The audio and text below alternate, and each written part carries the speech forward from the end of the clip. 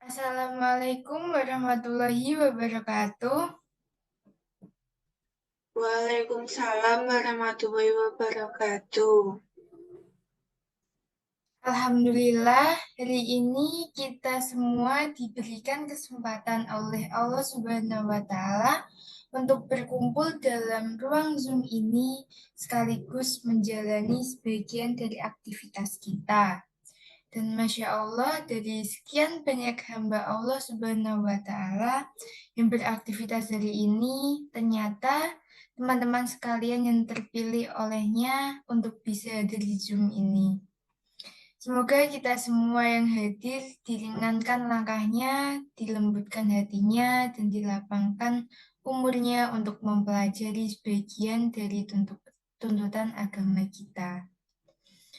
Semoga kita juga mendapatkan karunia Allah seperti yang dijanjikan oleh Rasulullah Shallallahu Alaihi Wasallam, sehingga keluar dari sini dapat petunjuk dan kebaikan dari Allah Subhanahu Wa Taala. Sebelumnya, saya izin memperkenalkan diri. Nama saya Diva Titania Firdausi dengan NIM 225 10160111114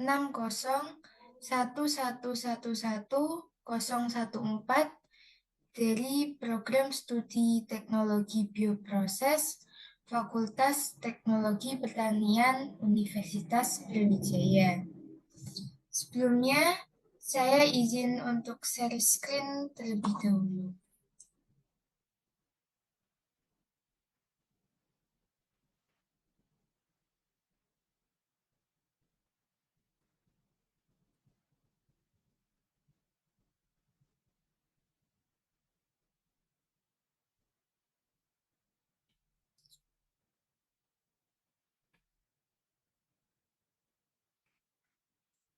Oke. Pada kesempatan kali ini, saya akan memaparkan sedikit materi tentang syariah bagian kedua.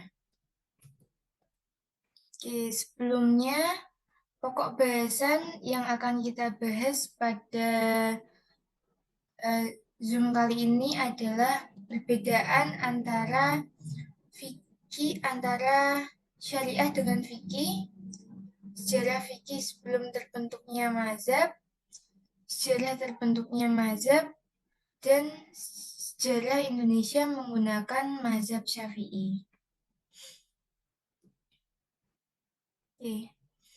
Yang pertama, perbedaan pokok antara syariah dengan fikih. Menurut Muhammad Shaltut, syariah adalah peraturan-peraturan yang ditetapkan oleh Allah Subhanahu wa Ta'ala atau ditetapkan dasar-dasarnya oleh Allah agar manusia berpegang teguh kepadanya dalam hubungannya dengan Tuhan. Berhubungan dengan saudaranya sesama muslim, berhubungan dengan alam semesta, dan berhubungan dengan kehidupan. Syariah adalah ketetapan Allah dan ketetapan Rasul-Nya, sehingga berlaku abadi. Syariah bersifat fundamental serta memiliki cakupan ruang lingkup yang lebih luas, meliputi akhlak dan akidah.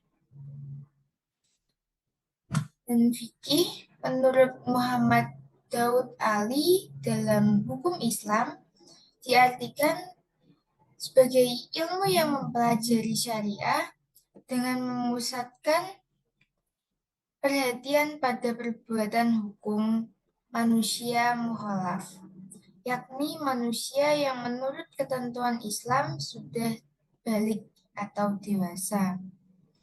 Secara ringkas, fikih adalah dugaan kuat yang dicapai oleh seorang mujtahid dalam usahanya menemukan hukum Tuhan.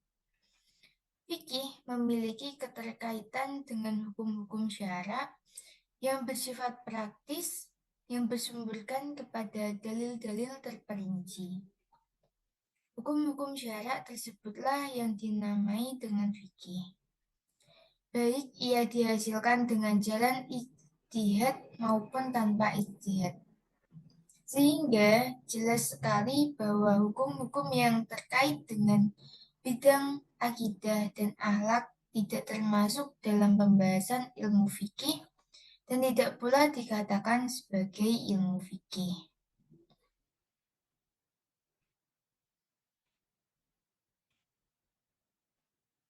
Berdasarkan definisi kedua di atas, terdapat perbedaan pokok antara syariah dan fikih.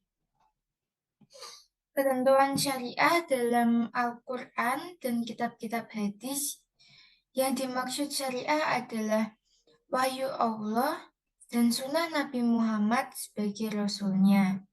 Sedangkan fikih dalam sebuah pemahaman manusia yang memenuhi syarat tentang syariah terhadap dalam kitab-kitab fikih. Syariah bersifat fundamental serta memiliki cakupan ruang lingkup yang lebih luas, meliputi juga akhlak dan akidah. Sedangkan fikih hanya bersifat instrumental, terbatas pada hukum yang mengatur perbuatan manusia, yang biasa disebut sebagai perbuatan hukum. Syariah adalah ketetapan Allah dan ketetapan Rasul-Nya sehingga berlaku abadi. Sedangkan fikih merupakan karya manusia, maka hanya dimungkinkan mengalami perubahan sesuai dengan perkembangan zaman dan waktu. Syariah hanya ada satu, sedangkan fikih berjumlah banyak karena merupakan pemahaman manusia. Seperti terdapat beberapa aliran ahli fikih, faqih atau fuqaha yang berbeda, dikenal dengan sebutan mazhab atau mazhabih. Syariah menunjukkan konsep kedaulatan dalam Islam, sedangkan fikih menunjukkan keragaman pemikiran yang memang dianjurkan dalam Islam. Selanjutnya adalah sejarah fikih sebelum terbentuknya mazhab.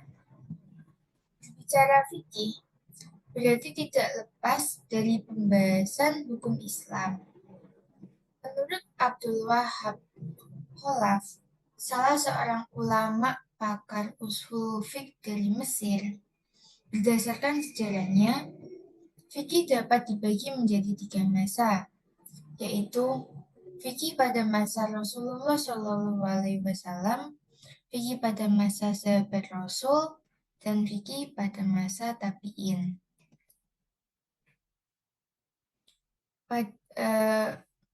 Fikih pada masa Rasulullah SAW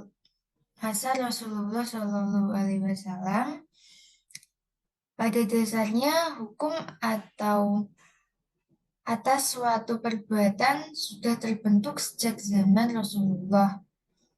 Sejak pertama kali Islam itu hadir, karena Islam sendiri sejak awal sudah bermuatan akidah, akhlak, dan hukum atas perbuatan manusia. Sebelum Rasulullah diutus, kaum muslimin sudah belajar dan mengenal fikih, namun belum menjadi sebuah disiplin ilmu. Ketika Rasulullah telah diangkat menjadi Rasul, beliau adalah sumber fikih satu-satunya. Rasulullah diutus untuk mengajarkan manusia tentang ilmu fikih.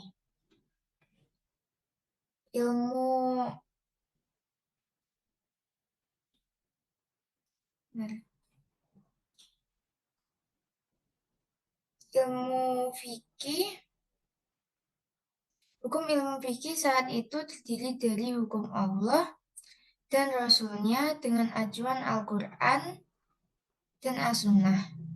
Dalil yang menerangkan bahwa Rasulullah mengajarkan manusia tentang ilmu fikih tertulis dalam Al-Quran surat Al-Ma'idah ayat 6 dan An-Nahl ayat 44.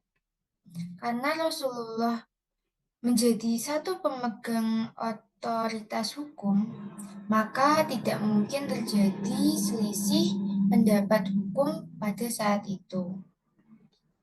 Dalam perkembangan hukum fikih, pada periode ini dipetakan menjadi dua rentang masa, yaitu masa Mekah dan masa Madinah, dengan harapan dapat menjadi perbandingan dan analisis terhadap pendapat dari para orientalis seputar peranan Al-Quran maupun Nabi Muhammad dalam pembentukan hukum Islam di abad pertama Hijriah.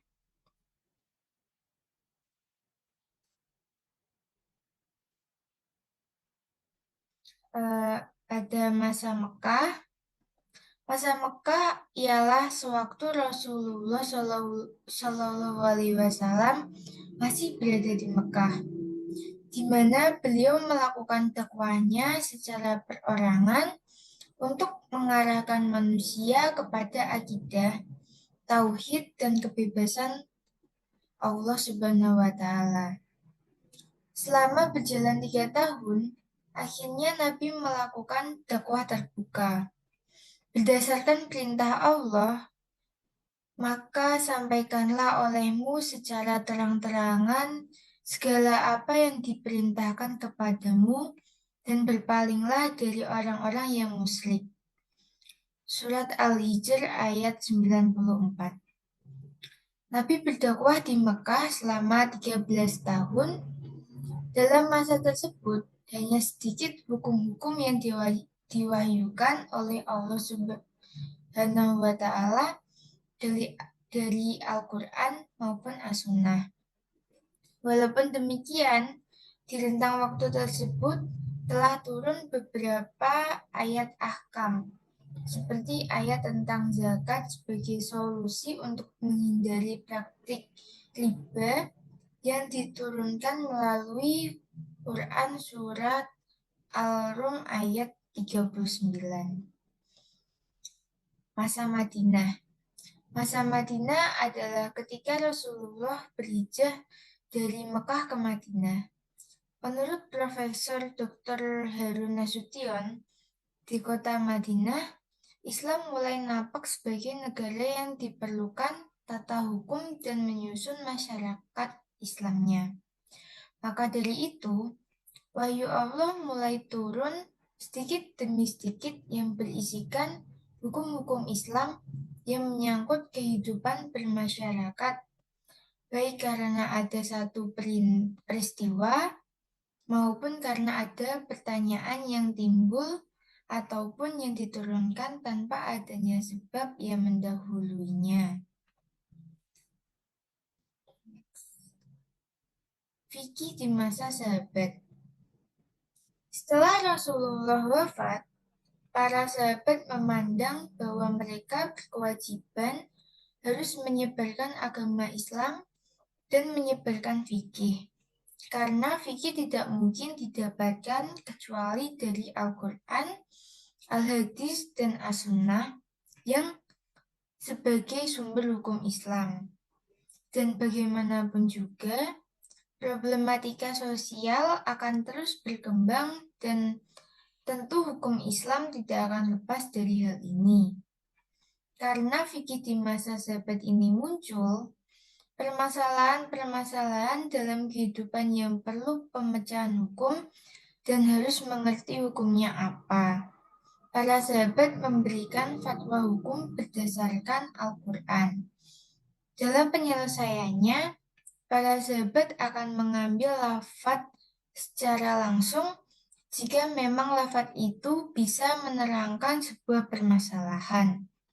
Namun, jika lafaz tidak jelas, maka para sahabat akan beristijad, memutuskan perkara, memberikan fatwa, menetapkan hukum syariat dengan tetap mengacu pada hukum periode pertama.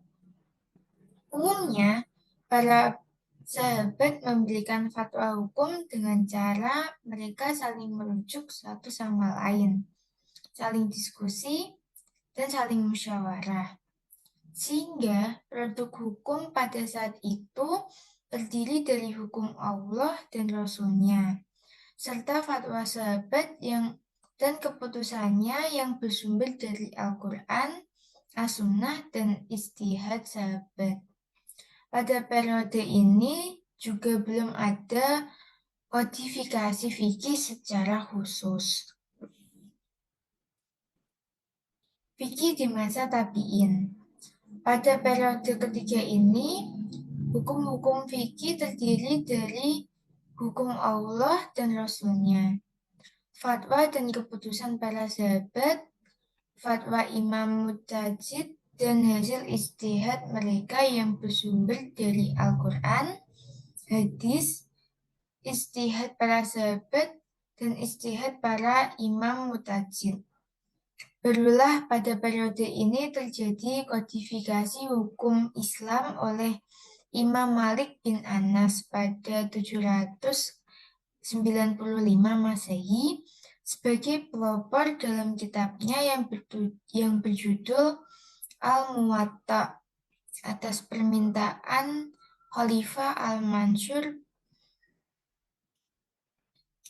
Kitab ini berisi hadis-hadis dan fatwa para sahabat, tabi'in, serta tabi'in yang valid atau sahih menurut Imam Malik. Kitab ini dijadikan landasan hukum fikih oleh penduduk Hijaz. Berikutnya Abu Yusuf pada 798 Masehi. Pengikutnya mazhab Imam Abu Hanifah 797 Masehi. Menyusun beberapa kitab fikih yang kemudian menjadi rujukan negeri Irak. Disusul oleh Imam Muhammad bin Al-Hasan Asy-Syaibani 189 Masehi yang juga pengikut mazhab Imam Abu Hanifah. Menurut kitab Zahir Ar-Riyawah As-Sittah yang kemudian dikomentari oleh Imam Syamsu A'imah Al-Syakusi dengan kitabnya Al-Mabsut yang menjadi rujukan fikih mazhab Hanafi. Setelah itu disusul oleh Muhammad bin Idris Asy-Syafi'i atau yang dikenal dengan Imam Syafi'i, penulis kitab fikih yang diberi judul Al-Di Mesir. Kitab ini menjadi pijakan dalam fikih mazhab Syafi'i. Sejarah terbentuknya mazhab. Pada dasarnya, mazhab-mazhab dalam Islam timbul antara lain karena adanya perbedaan dalam memahami ajaran yang terdapat dalam Al-Quran dan Sunnah. Namun, dilihat dari sejarahnya, terbentuknya mazhab terjadi karena adanya dua peristiwa, yakni tragedi fitnah Utsman dan perdebatan di kalangan ulama-ulama. Peristiwa tragedi fitnah Utsman. Faktor terbunuhnya Utsman sendiri ialah karena politik kepemimpinannya. Saat Utsman terbunuh, Ali dijanjikan menjadi khalifah, tetapi ditentang oleh Muawiyah, sehingga menimbulkan peperangan di antaranya yang pada akhirnya mengarah ke Majelis Tahkim dan menimbulkan munculnya parpol yang awalnya membahas fikih menjadi meluas ke fikih-fikih yang lain. Namun kelompok pemberontak banyak yang tidak menyukai atas hadis ajaran Utsman, Ali, dan Muawiyah. Mereka inilah yang disebut dengan Khawarij, yang awalnya berpendapat politik lalu meluas dalam hal fikih yang lain. Peristiwa perdebatan dengan ulama-ulama. Ketika fikih di masa sahabat ini muncul, permasalahan-permasalahan dalam kehidupan yang perlu pemecahan hukum dan harus mengerti hukumnya apa, para sahabat memberikan fatwa hukum berdasarkan Al-Quran. Para sahabat akan mengambil lafaz secara langsung jika memang lafaz itu bisa menerangkan sebuah permasalahan. Namun, jikalau lafaz tidak jelas, maka para sahabat akan berijtihad. Umumnya, para sahabat ketika memberikan fatwa hukum, mereka saling merujuk satu sama lain, saling diskusi, dan saling musyawarah. Adanya munadarat atau perbedaan di antara ulama-ulama inilah muncul variasi metode ijtihad.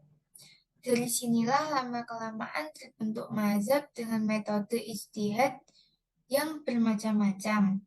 Namun metode ijtihad mazhab yang bermacam-macam ini intinya kembali lagi kepada 3 hal, yaitu yang pertama sumber dalil yang dipakai, yang kedua cara pandang terhadap nas, dan yang ketiga pemaknaan bahasa. Dari sumber dalil yang dipakai ini memunculkan perbedaan. Yang pertama adalah metode penentuan kevalidan as-sunnah dan standar mentafid as-sunnah atau hadis. Yang kedua, perbedaan terhadap fatwa sahabat. Yang ketiga, perbedaan sikap terhadap qiyas.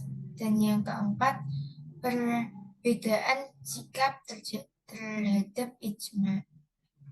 Lalu yang dari cara pandang terdapat nas itu terbagi menjadi 2, yaitu ada yang terkait dengan pemahaman lafaz makhrajnya dan ada yang terkait dengan makna implisit atau ahlur ra'i.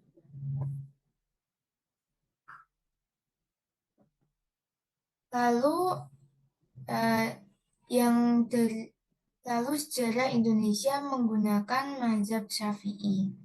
Sebelum Islam masuk di Nusantara, banyak orang Arab bermazhab Syafi'i yang singgah dan menetap di wilayah India, yang selanjutnya menyebarkan Islam ke Nusantara, sehingga Muslim wilayah Indonesia bermazhab Syafi'i. Seiring dengan penyebaran Islam di Indonesia, mazhab Syafi'i pun terus berkembang. Di samping itu, keselarasan bermazhab Syafi'i dengan kepribadian musyawarah Indonesia menjadikan bermazhab Syafi'i eksis serta hidup di tengah-tengah Muslim Indonesia. Peran ulama yang bermazhab Syafi'i dalam penyebaran Islam melalui jalur pendidikan, dakwah, kesenian, dan lainnya seperti organisasi masyarakat Islam. Organisasi Nahdlatul Ulama sangat mempengaruhi eksistensi bermazhab Syafi'i di Indonesia. Dinamika pemikiran hukum Islam Indonesia yang digagas oleh beberapa tokoh yang bermazhab Syafi'i terus eksis dan digunakan sebagai rujukan dalam penetapan hukum di Indonesia. Namun, bukan berarti Indonesia hanya mengakui bermazhab Syafi'i sebagai sumber hukum Islam, melainkan Indonesia membebaskan masyarakat Muslim dalam mengikuti mazhab-mazhab tertentu. Oke, terima kasih. Mohon maaf jika ada salah kata, kurang dan lebihnya saya mohon maaf. Terima kasih telah mengikuti Zoom ini. Wassalamualaikum warahmatullahi wabarakatuh. Waalaikumsalam warahmatullahi wabarakatuh.